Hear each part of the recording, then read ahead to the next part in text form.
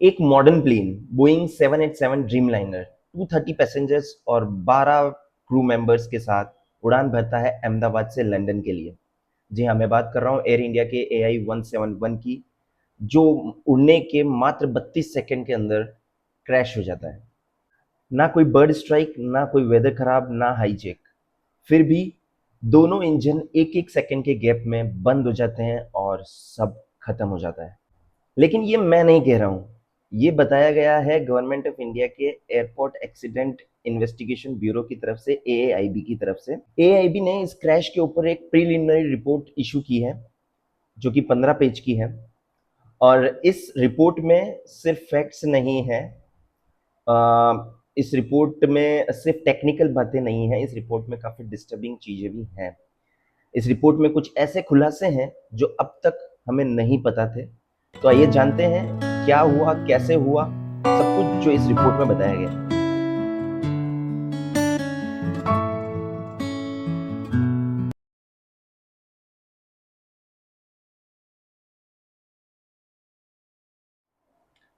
Air India AI-171 जो 12 जून 2025 को अहमदाबाद से लंदन के लिए उड़ान भरता है। ये प्लेन बोइंग 787 है, जो कि लॉन्ग डिस्टेंस पैसेंजर प्लेन है। क्रैश की टाइमलाइन कुछ इस प्रकार है कि पुशबैक एंड स्टार्टअप रिक्वेस्ट हुई 1:13 PM, यानी 1:13 पे। Take off clearance from ATC 1:37 पे। प्लेन लिफ्ट ऑफ होता है 1:38 पे। इंजन 1 का फ्यूल स्विच कट ऑफ हो जाता है 1:38 पे ही, यानी कि कुछ सेकंड्स, उड़ने के कुछ सेकंड्स बाद ही प्लेन का पहला इंजन का फ्यूल कट ऑफ हो जाता है। और उसी के ठीक 1 सेकंड बाद दूसरे इंजन का फ्यूल भी कट ऑफ हो जाता है।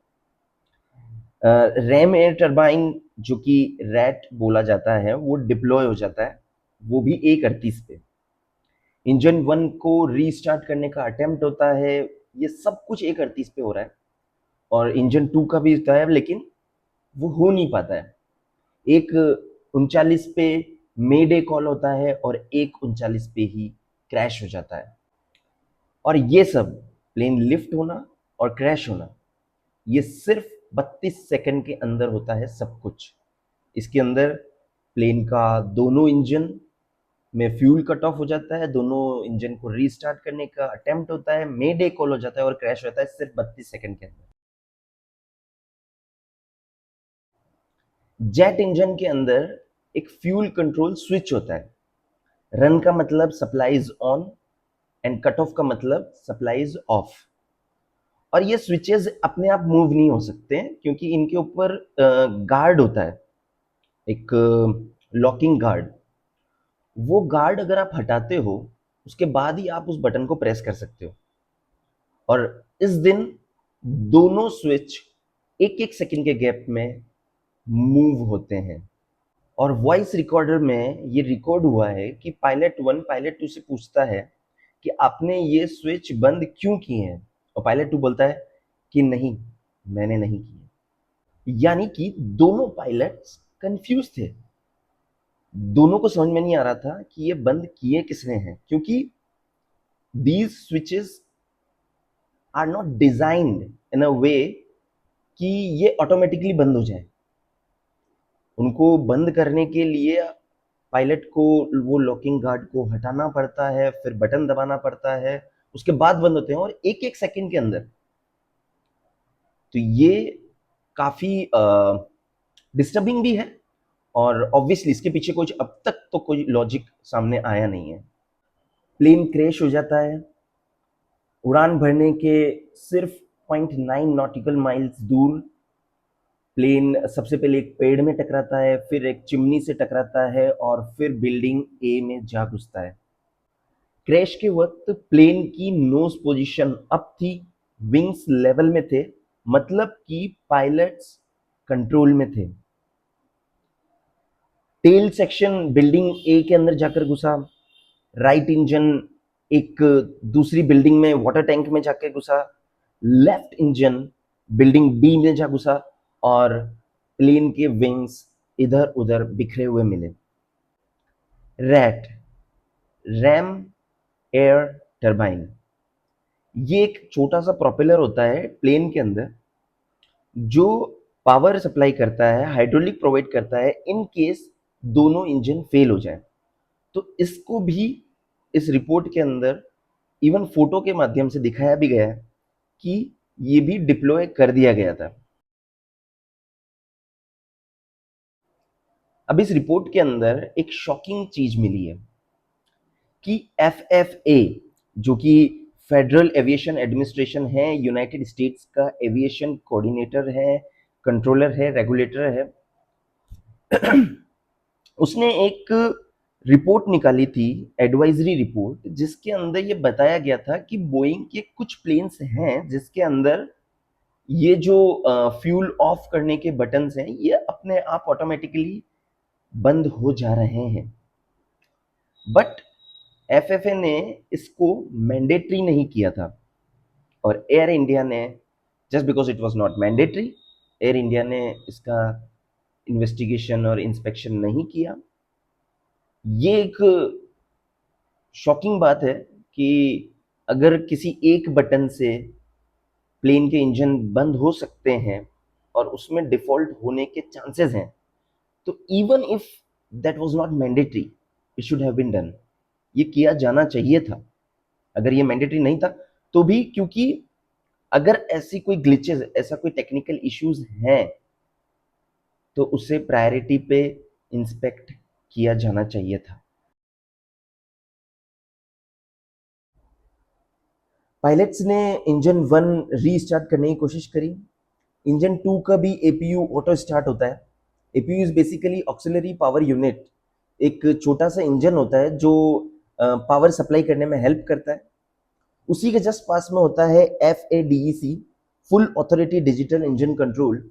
ये एक इंटेलिजेंट सिस्टम होता है जो इंजन को ऑटोमेटिकली रीस्टार्ट करने में हेल्प करता है। पायलट्स ने ये सब कोशिश करी लेकिन अनफॉर्चुनेटली ऐसा कुछ भी नहीं हो पाया। मेडे कॉल हुआ और क्रैश हो गया।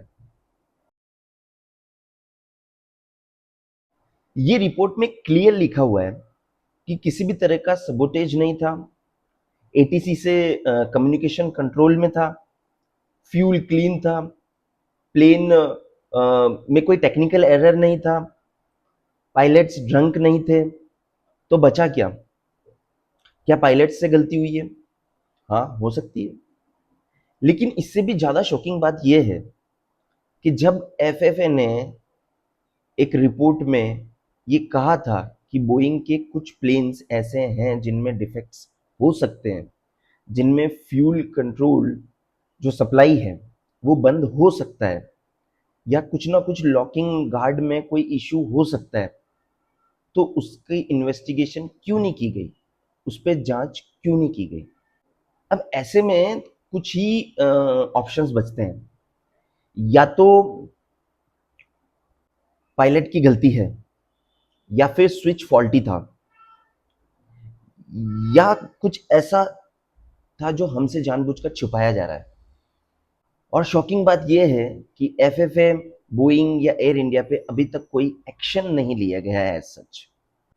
एक अल्ट्रा सेफ एयरक्राफ्ट क्रैश हो जाता है, क्या पायलट से गलती हो सकती है? हाँ।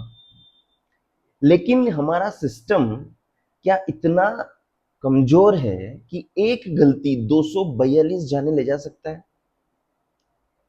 FAA ने एडवाइजरी रिलीज की लेकिन मैंडेटरी नहीं की। एयर इंडिया ने उस पर कोई एक्शन नहीं लिया, कोई इंस्पेक्शन नहीं किया, और बोइंग ने भी इसके ऊपर चुप्पी साधी रखी। जब भी कोई ऐसी ट्रेजेडी होती है तो सच्चाई को दबा दिया जाता है या इतना डिले कर दिया जाता है कि उसका मतलब ही नहीं रहता है। हालांकि ये एक प्रिलिमिनरी रिपोर्ट है, इसकी पूरी रिपोर्ट का ऑब्वियसली हम सब लोग वेट कर रहे हैं। उसी में सारे सवालों के खुलासे हो पाएंगे कि क्या प्लेन में कोई खराबी थी या पायलट से गलती हुई है। लेकिन प्रीलिमिनरी रिपोर्ट में ये तो तय कर रहा है कि कोई ना कोई रीजन रहा है जिससे लॉकिंग गार्ड होने के बावजूद भी वो बटन रन से कट ऑफ की तरफ दबाए गए हैं। मैं हूं हिमांशु माहेश्वरी और ये था सच एयर इंडिया की फ्लाइट AI 171 का, जो कि सामने आया है प्रीलिमिनरी रिपोर्ट के थ्रू, जो रिलीज करी है AAIB ने। Thank you very much.